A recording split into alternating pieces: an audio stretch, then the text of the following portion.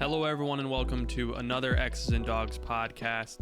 Today, we have some updates to talk about with the head coaching search, particularly talking about a couple guys who the Browns have now requested interviews from, a couple guys who the Browns have already done interviews with for their head coaching spot, and also one guy who was released from his position as a head coach who could be a potential candidate for the Browns head coaching position as well.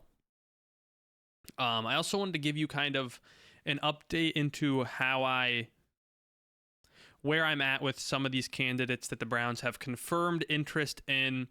And I think the most appropriate place to start are the two guys who we're clearly going to get at least a look at for the head coaching position here in Cleveland, and they are the two incumbent offensive and defensive coordinators, Tommy Rees and Jim Schwartz.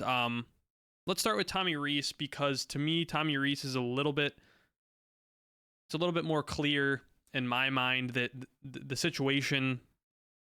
I can't give confirmation for sure into what the Browns are thinking, but to me, it's a little bit more clear that Tommy Rees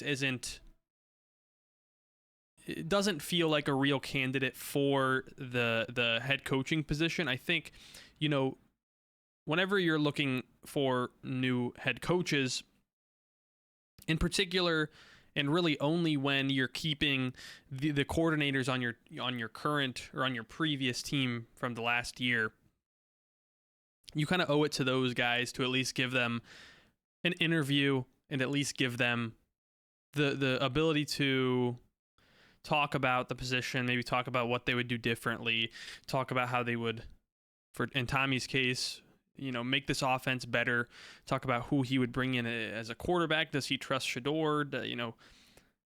Does he think that Deshaun can have a chance against all odds? But, I think that you at least owe the incumbent coordinators who aren't yet fired and are still under contract the ability to, have the chance at getting the head coach position, because more than likely, if you do bring in an outside outside candidate for the head coach, these coordinators that were previously in the building are likely to be let go. But yeah, to me, Tommy just doesn't have the resume at this current position to be a head coach in the NFL. He's one of the guys who clearly is well respected around the league and around college football in particular, in regards to offensive, creative offensive young minds. He's one of those names that pop up whenever you're looking at that particular list of people. And, I've heard a lot about, Nick Saban constantly going to at bat for Tommy Rees, constantly saying that he is a fantastic candidate for college jobs, NFL jobs, etc. I think that does give him a little bit of a benefit. I think that having a guy like Nick Saban, who is tremendously respected everywhere in football, being in your corner, obviously will play to your favor. But I think Tommy needs to have a couple years as a true offensive coordinator where he's also calling plays more than likely before I would really consider him, as a head coaching candidate. He's had 1 year here in the NFL, which was this past season for the Browns. He called plays for 7 games. I think, to me, watching the games, the offense looked a little bit more efficient during these performances that he was calling plays, but it's definitely not enough to say that he deserves to be a head coach in this league yet. I think he, in the future, could be a real candidate for an offensive coordinator and continue to call plays.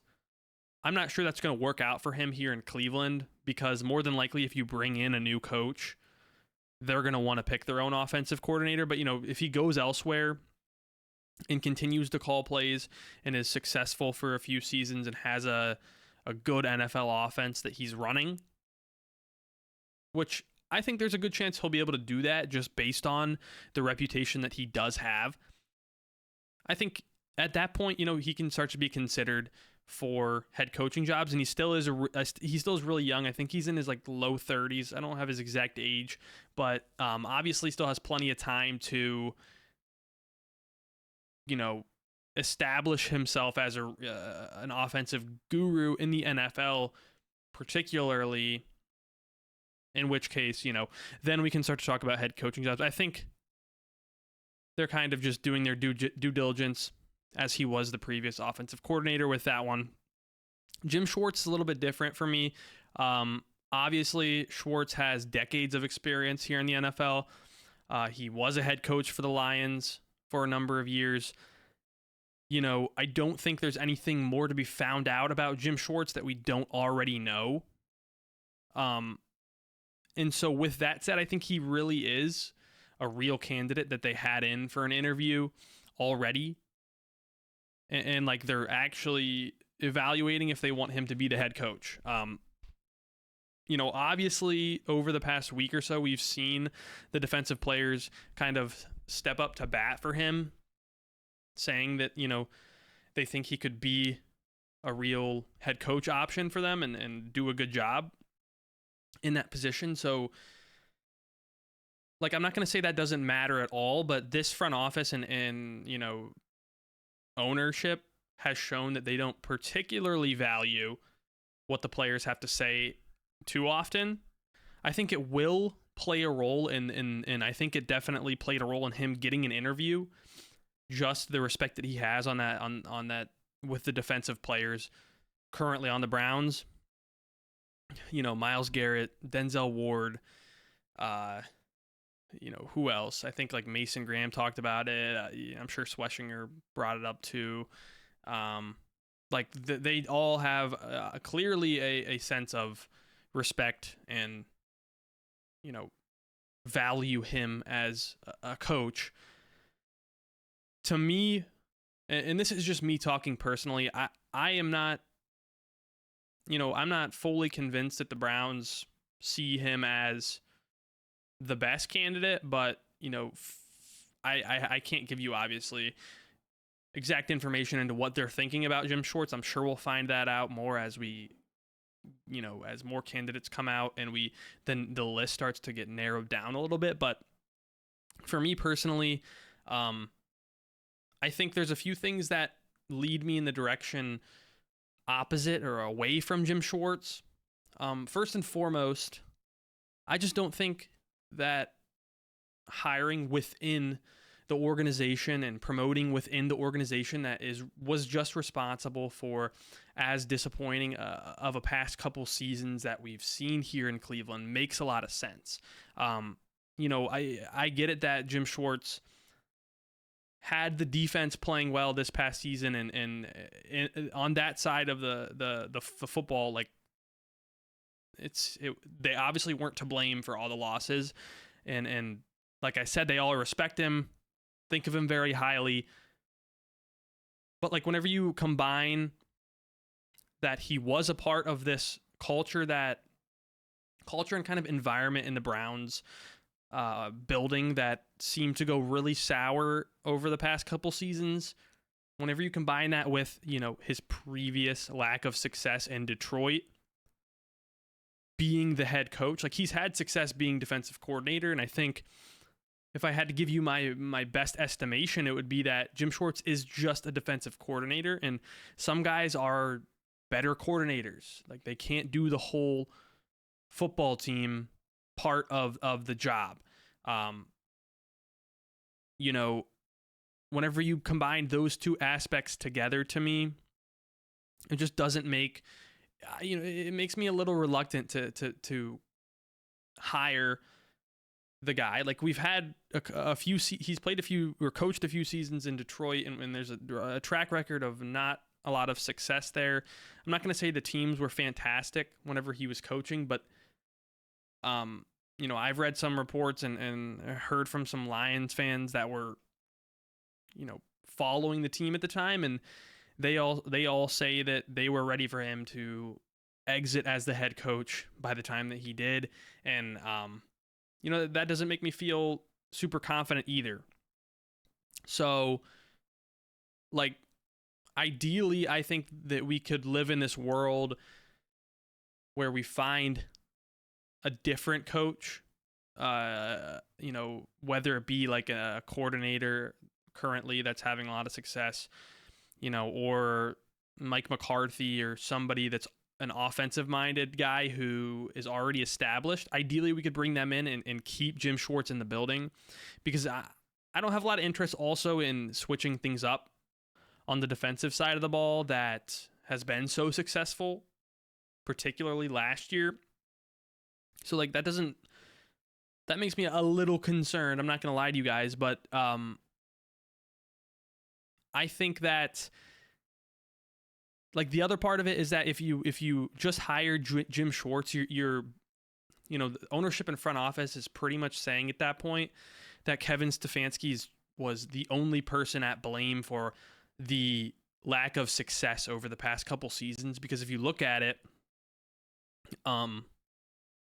they keep Andrew Barry. At this point now we're going to keep Jim Schwartz too. So, like, we're really not shaking much up. Maybe at that point they get rid of Tommy Rees to, make the offense better. But, keeping Jim Schwartz and Andrew Barry, the only thing you're really changing is moving Kevin Stefanski out. And I think for how ugly things were at times this season and last season, and just the whole entire Deshaun Watson era and all of the damage that's done, I think just pinning that on Kevin Stefanski and only using the removal of him as the only, like, fix for this situation would be, in my opinion, fairly disastrous and not a good approach to fixing all the issues that we do have in Cleveland. So that's why I'm a little bit down on the idea of promoting Jim Schwartz to the head coach. I think they'll evaluate it. I think they'll weigh the other options. I think, of the people who are currently in the building, he's the only one that makes any sense whatsoever. But I'd much rather ultimately just go with somebody who was completely removed and not a part of what we've seen here in Cleveland over the past few seasons. And I know some of you guys are very much on board with Jim Schwartz, and I understand why, because the defense has been the only thing that we can hang our hats on, whenever reflecting on the past couple seasons. But that's just not a good enough, for me, reason to hire a guy like Jim Schwartz. And also, this is just like a feeling I have. Like, if we did hire Jim, I think it could be successful for a year or two, but to me, it would feel like something that's not sustainable. And for a guy who's like 60 already, like, I think if we're going to go for an older coach, I think, like, going all in on a Mike McCarthy or John Harbaugh, if they're interested, makes a lot more sense. Anyway, I mean, that's enough on Jim Schwartz. Like, I see him being a legitimate candidate, and if they do hire him, I'm not going to be, like, devastated by that hire. I'm not going to say that they made this terrible decision, but I think there's going to be more exciting options for the Browns to choose.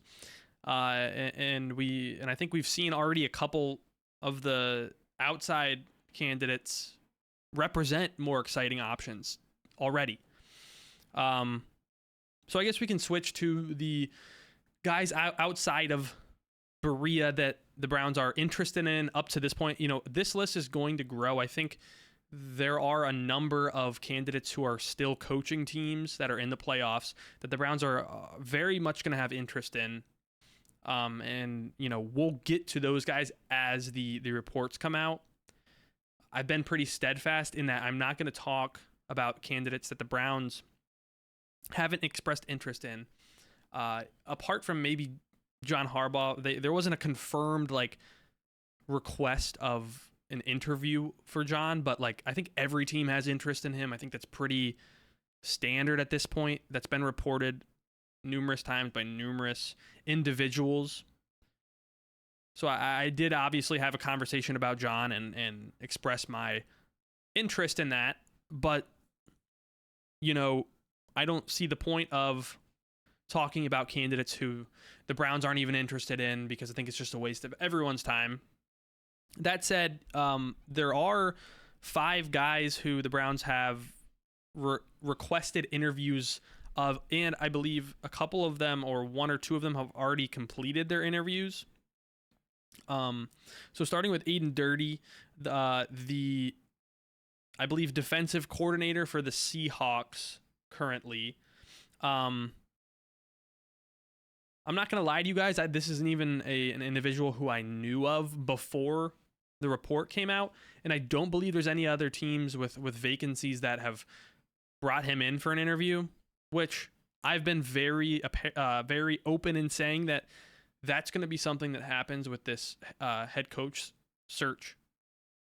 The Browns are a team that looks for those types of candidates sometimes and does not close the door on them like other teams do.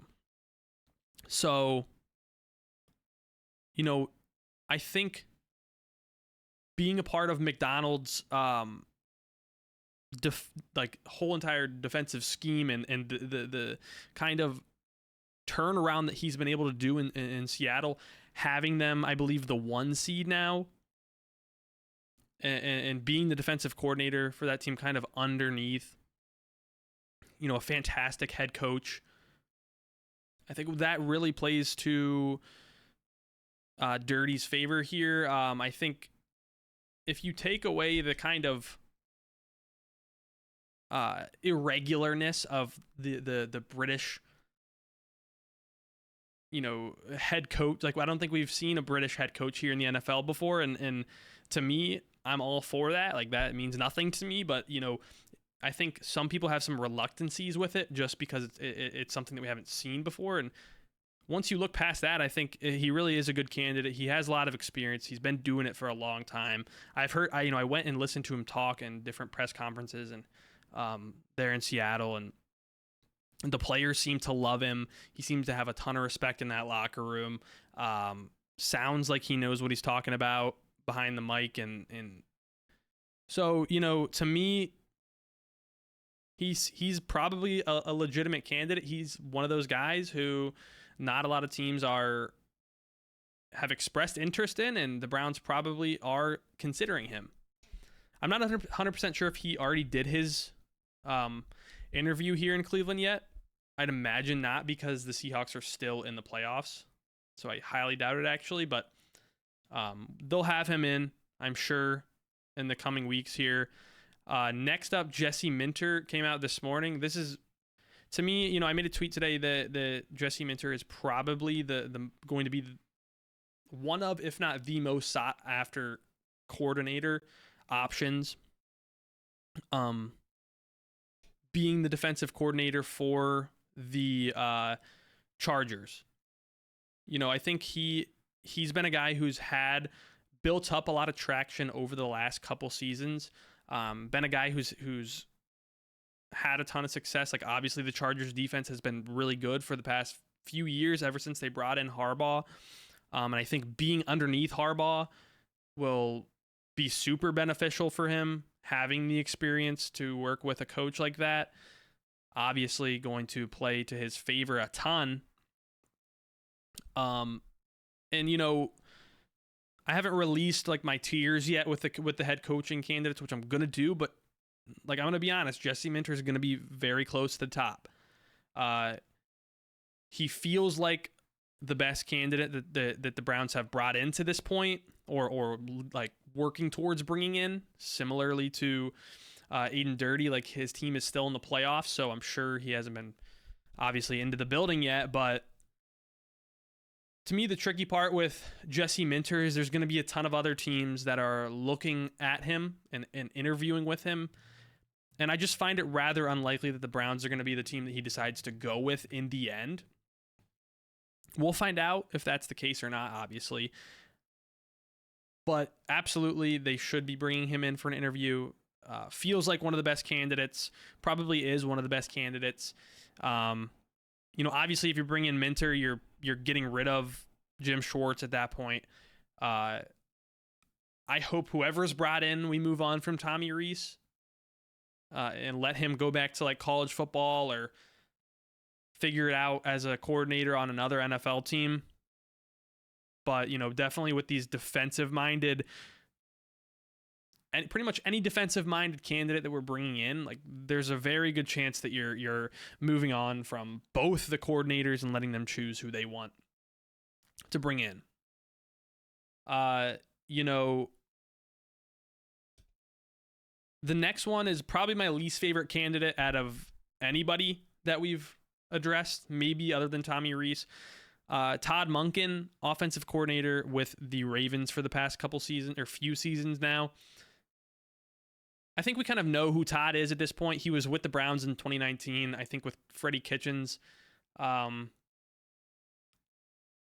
It's hard for me to truly look past that season here in Cleveland, and I know you can probably blame so much of that on Freddie Kitchens, but even having Todd Monken in the building during that, it's hard for me to look past that because of how terrible and how much of a disappointment that season was and just how messy things were in that locker room. I think all of those coaches involved weren't doing a good enough job. So that's playing into it a little bit. Also, I think Todd Monken can be a good offensive coordinator. He's shown that in Baltimore. Obviously, he had Lamar Jackson and a pretty good offense. And it's Baltimore, so it's just much easier. But I just view him as, at this point, an offensive coordinator who I just don't have a lot of interest in, at this point in his career, attempting to turn a team over as the head coach. Like, that doesn't make a lot of sense to me. I think maybe they brought him in as, a preliminary offensive coordinator interview disguised as the head coach interview, because we've heard reports of teams doing this type of thing. I'm not sure if they're actually allowed to do that. I always believed that was something that wasn't allowed to happen, but regardless, I just don't love him as an option. I don't think he's gonna make it to like the final decision by any means here in Cleveland. We'll see though. Who knows? I think the last one was Dan Pitcher, the offensive coordinator in Cincinnati. To me, him and Jesse Minter are the two best candidates we've heard of, and heard interest in at this point. I'm pretty intrigued with Dan Pitcher. The Bengals offense has been one of the best in the league since he's went over there. A lot of it probably has to do with the personnel. Obviously, Joe Burrow, Jamar Chase, T. Higgins, Chase Brown. Like, it's a good offense over there. But I think they've done a ton of good things scheme wise over there. I think they built a pretty steady like expectation offensively and floor offensively. And even dealing with some injuries with Joe Burrow, like they were still able to be pretty respectable offensively in some spots there and keep the team competitive at least. So I think that Dan Pitcher is ready for a promotion to the head coach, to a head coaching type position, or at the very least calling plays for an offense very soon, probably this season. And I know there's other teams that are also looking into Dan Pitcher.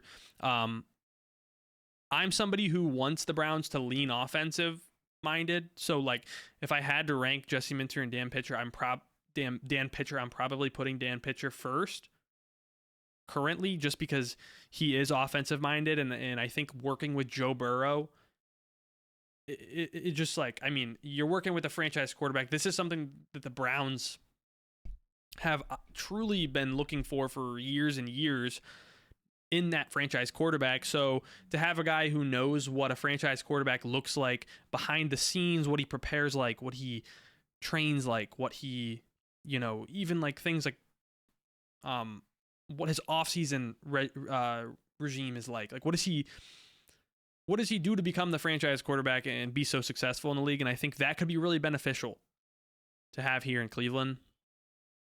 So definitely interested in Dan Pitcher as well.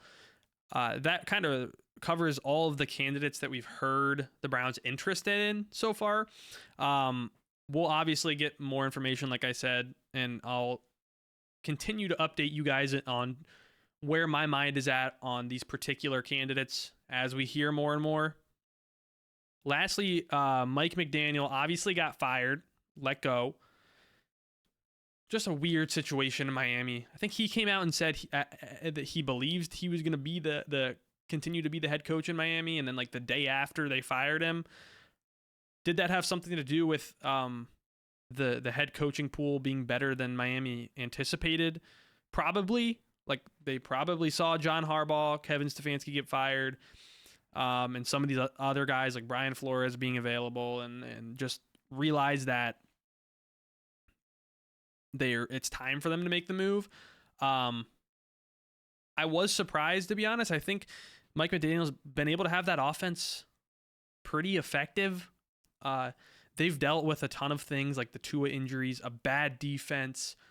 Tyreek Hill's honestly, Tyreek Hill and Tua have been kind of just childish with some of the things that some of the acts they've put out there in for the public over the past few seasons. So like, I still have a lot of respect for Mike McDaniel. I think he is one of the best offensive minds in the NFL. I would at least put him top 10. And the thing with Mike McDaniel for me with the Browns is that I think there's a good chance he's going to be an offensive coordinator next year. Just because usually with a coach like that, they just move back down to a coordinator spot for a few years, then eventually hope to transition back into being the head coach. But for me, the thing is, if the Browns want to hire him as an offensive coordinator, I believe it'll be very difficult to do so, because I think there's going to be a ton of teams that want him as their offensive coordinator, because clearly he's a good offensive mind. And I think there will be better landing spots for him than Cleveland, more enticing landing spots. Baltimore, the Falcons, Tennessee, if he likes Cam Ward, maybe he loves Fernando Mendoza or Dante Moore and wants to go to the Raiders or the Jets, depending. And I think the Browns offensively have the least to offer probably out of any team that will have an offensive coordinator vacancy, more than likely. So that said, I think the only way we can really bring him in here in Cleveland is if he is a head coach. And I'm a little bit more reluctant to bring him in as a head coach, just with kind of the way he lost that locker room. It's just, it leaves a little bit of sour taste in your mouth. And definitely creates a little bit of a, I don't know, type of feeling. Like, do we want to take the risk on a guy who obviously, yes, is good at running an offense, but the part where he's being a leader in the locker room and a leader of men, I feel like maybe he's not where he needs to be, or maybe just needs a break first. And they haven't truly come out, like the Browns haven't come out and said and requested an interview from him or been official with interest to this point. I think they probably will at some point, but we'll see. And the other thing is, we'll see if he wants to be a head coach or if he wants to just be an offensive coordinator. That's another important piece of this. Anyway, that kind of wraps up the head coach talk.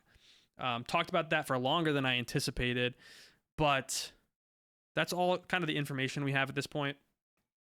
We'll talk about more as it comes. Next thing I want to talk about in today's podcast is the second tier of college quarterbacks has become more clear. It's become a little bit more established at this point, and I think I'm ready to have a conversation about, obviously you have Fernando Mendoza and you have Dante Moore, to me, the top tier, kind of 1A and 1B, whichever way you want to look at it. But, I don't think the Browns are living in a world where they're going to be in play for those guys. I've been very open on this podcast that I want the Browns to do everything they can to upgrade the quarterback position. That includes the draft, not limited to the draft. Like if they go out and trade for Mac Jones or sign Malik Willis or trade/sign Kyler Murray, obviously this changes. But that said, I think, the Browns are in a tricky spot where they don't want to lose a lot next year. They don't think they need to lose a lot next year, but they also don't have a quarterback at all. So you really are going to have to debate some of these second tier options in the draft, particularly, at, of course, the quarterback position. And for me, there's three guys that I have my eye on. I think two of which some of you guys will be excited about, at least vaguely. The third of which, even me, I'm not the most excited about, and I'm sure you probably already have an idea of who that is. We'll get to that last, though. Starting with the first two are Ty Simpson and Trinidad Chambliss. Obviously, Ty Simpson already declared for the draft. I'm someone who was higher than a lot of people on Ty Simpson. I think he's been, if you look at the first half of the season for him, he was probably the best quarterback in the country. He was doing things that other quarterbacks were not doing, processing defenses, throwing with anticipation, layering balls better than anybody else. Pre-snap, he was running that offense and kind of carrying them in games. And then I think, he had a few injuries back to back, dealt with some stuff, dealt with a really bad offensive line that got banged up in Alabama. It's not necessarily excuses. Like he still played pretty bad in some of these games during the back half of the season, but I think all that does at least play into the decision that you're making on Ty Simpson. Because you watch the tape in the first half of the year and it was so good, and then you kind of see it fall off and you're like, what happened? Because it feels like something had to be off there. And that's where I think some teams are going to talk themselves into him being a first round pick. And I think it's pretty clear at this point that he more than likely will be a first round pick. I think if the Browns can get their hands on him in the back half of the first round, I would be interested in it. Obviously, there's so many more pieces of the puzzle still to come out with the combine and all the metrics and pro days and things like this and the interviews and stuff. And we will have so much more information the closer and closer we get on Ty Simpson. But I just think his value will probably rise and rise the closer that we do get to draft day. And I would be open-minded to Ty Simpson for sure. For me, Trinidad Chambliss is a college player who is exciting and has a lively arm. Obviously, pretty severely undersized for the quarterback position in the NFL. I think the only thing that plays to his benefit with that, and this is something we lived firsthand, because Dylan was very undersized, but he didn't have the athletic part of it. Trinidad does. He's a quick dude. I think that'll probably translate to the NFL.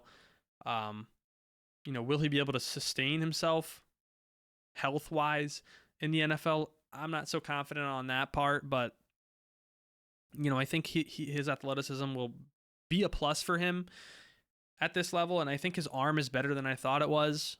And clearly, he's been performing really well against good teams in the playoffs. Today we just heard that the NCAA declined his extension request to get another redshirt year, because I think he had a lung issue whenever he was playing in D2 still for a year that kept him out, and I think that's kind of what they argued. But NCAA declined it. I'm not surprised they did. I don't think they're going to get it changed. They'll probably put up a little bit of a fight, but ultimately I think if Chambliss does declare, he'll more than likely be a day 2 guy, in my opinion. And I think it just makes a lot of sense for him to just decide to move into the NFL. But we'll see kind of how that plays out. I think he's another guy, though, that the Browns have to be open-minded to and potentially be willing to invest a day 2 pick in. If Chambliss starts to creep into some of the first-round conversation, that's where I'm going to be out on him. I think Ty Simpson is much better fit for a later in the first-round type quarterback. And if it's not Ty Simpson there, I'm really not interested until we get to day 2. That's my view on Trinidad. The last guy it's Carson Beck. And before you guys go in the comments and say that I'm crazy, I want you to go look at Carson Beck's stats for the season and his performance so far this year, taking out the one game against Louisville. He threw 4 picks in that one they lost. But remove that game, he's got a 30 to 7 touchdown to interception ratio. And he's beat some really good teams. So to say that I think there's this kind of this cliche, not cliche, but just this very common view on Carson Beck to hate on. He's an easy dude to hate on, just with some of the social media stuff that we've seen from him over the years. But I think he's been pretty good this year from Miami. And if he wins a national championship, I really do think he's going to rise on some boards. I know, like, once I say that, a lot of your guys' minds are going to be like, oh, Will Howard last year won a national championship, went in the 5th round. The difference is, if you think back to 2 years ago at this time, a lot of people expected Carson Beck to make a jump with Georgia going into 2024 and be a potential first-round pick. Like, he had the talent, the athleticism, and obviously, like, the physical stature to be an NFL quarterback, and also was a very highly touted recruit, and all of that stuff was there with him. So I don't really think it's a great comparison to Will Howard. Now, there is still definitely a chance that he slips to the 5th or 6th round, but I think he's a guy who, if he does win the Natty, I think there's going to be a team that probably drafts him in the 2nd or 3rd round. And I just think, similarly to the other two, the Browns should be open to that discussion. I think same thing with Carson Beck for me as Trinidad. If you're going to talk about the first round, I'm out. That's just not going to happen for me. But, if we're talking 3rd, later in the 2nd round, maybe trade back up into it, I'm potentially open to it, depending on what type of resources we have to give up for it. But honestly, my ultimatum here with my takeaway here with these 2nd-tier quarterbacks is I'm very much interested in Ty Simpson. I think he can be successful at the NFL level. If given enough time to be successful and put in the right situation. The other two are kind of just, I think they're worth maybe a swing later on in like a day 2 spot. So let me know what you guys think about those options. I'm sure a lot of you are still just on board with Shedeur, moving forward with Shedeur. I find that very unlikely to happen, just based on taking my opinion away from it, just thinking about how Andrew Berry talked about the situation. Like, I just don't see that being the most likely outcome. But who knows at this point? All I know is they need to get better at that position, along with a lot of positions offensively, and I talked about that on the last podcast. So anyway, enjoy the wild card weekend. A lot of good football games going on. And I will talk to you all very, very soon. Be safe. Have a great weekend. Bye-bye.